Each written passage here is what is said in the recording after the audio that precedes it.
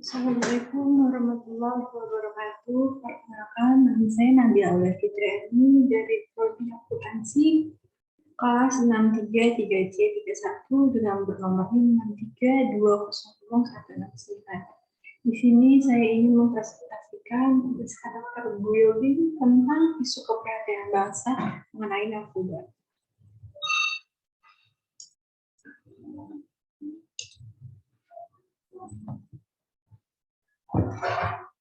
Narkoba.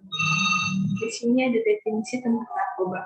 Narkoba adalah singkatan dari narkotika, psikotropika, dan obat terlarang.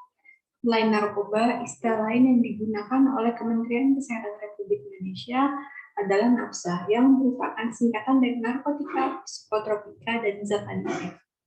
Narkotika merupakan zat buatan ataupun yang berasal dari tanaman yang bisa memberikan efek halusinasi, menurunkan kesadaran, serta menyebabkan kecanduan. Ketergantungan narkoba merupakan suatu kondisi di mana seseorang mengalami ketergantungan baik secara fisik, psikologis terhadap suatu zat adiktif yaitu narkoba. Di sini ada golongan narkotika dalam pasal 6 Undang-Undang Nomor 35 Tahun 2009. Yang pertama dibagi menjadi 3 golongan. Golongan yang pertama, golongan narkotika ini. Narkotika ini berkhasiat bisa untuk pengobatan, terapi, dan juga tujuan pengembangan ilmu pengetahuan. Tapi mempunyai potensi yang sangat tinggi mengakibatkan ketergantungan. Contohnya adalah heroin, kokain, daun kokain, opium, ganja, cicing, katinon, dan ekstasi. Golongan yang kedua ini sama, bisa berkhasiat untuk pengobatan juga, bisa buat terapi, dan bisa juga untuk tujuan pengembangan ilmu pengetahuan, serta mempunyai potensi tinggi yang mengakibatkan kebutaan.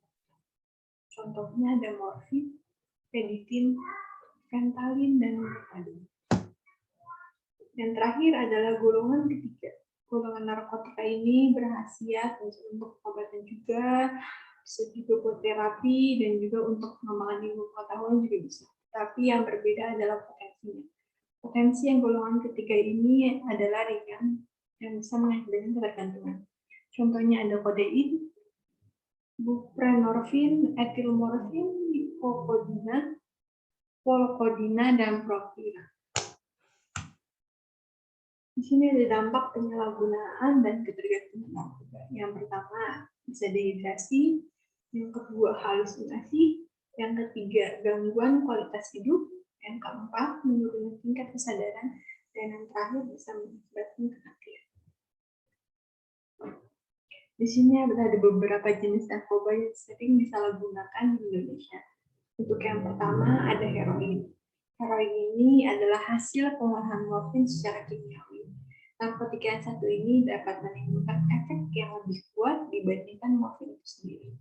Dan efek samping yang timbul akibat penyalahgunaan heroin adalah yang pertama, denyut nadi melambat, yang kedua, otot panas, yang ketiga, pupil mengecil, yang keempat, rasa percaya diri hilang, dan yang terakhir ada tekanan darah menurun. Yang kedua ada ganja. Ganja adalah narkotika yang berasal dari tanaman Cannabis sativa. Ganja ini bisa menimbulkan efek samping, antara lain mulut dan tenggorokan terasa sangat kering, sulit mengingat, nafsu makan meningkat, euforia atau rasa senang berlebih, dan yang terakhir denyut nadi dan jantung lebih cepat.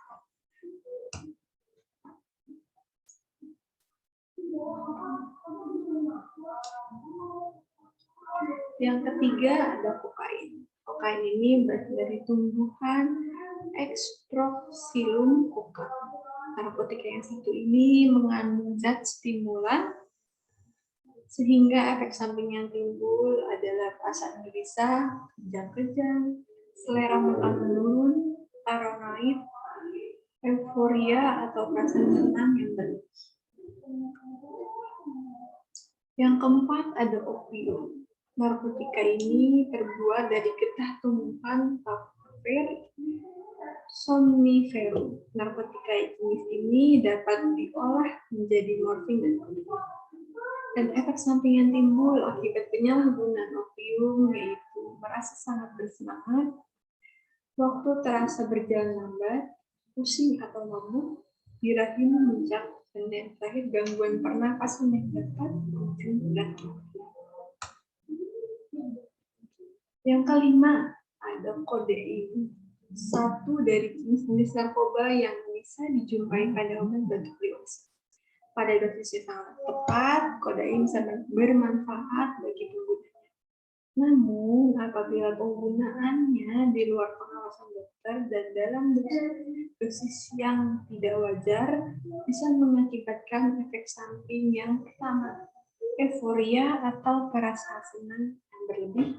Yang kedua, ada mual muntah. Yang ketiga, ada hipotensi atau tekanan darah yang sangat rendah. Yang keempat, ada depresi. Dan yang terakhir adalah gangguan saluran pernapasan. Dan di sini ada upaya penanggulangan narkoba. Untuk yang pertama ada pencegahan. Pencegahan di sini bisa dilakukan dengan cara selektif dalam memilih pergaulan. Yang artinya bila kita bergaul dengan teman yang memiliki perilaku positif, maka kita juga akan ikut terbawa perilaku positif itu. Dan apabila kita memilih teman yang berperilaku negatif, otomatis kita juga akan bisa kemungkinan mengikuti perilaku negatif itu. Yang kedua, memiliki hobi dan aktivitas yang positif. Terus yang ketiga, jangan melawan nasihat orang tua. Dan yang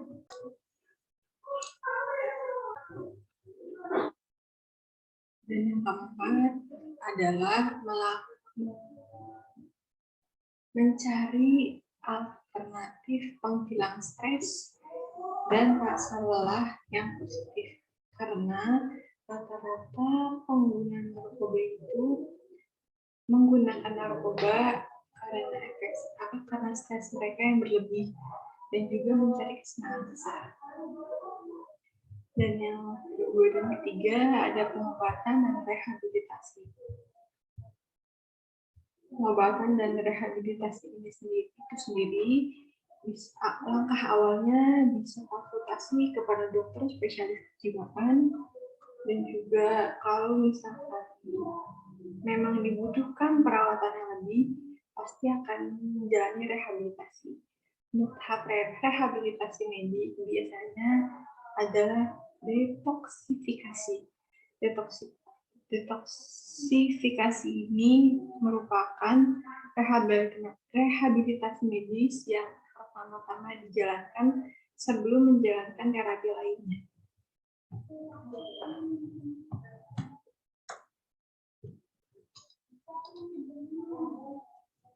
Sekian presentasi dari saya. Bila ada salah kata dan kekurangan, mohon dimaafkan.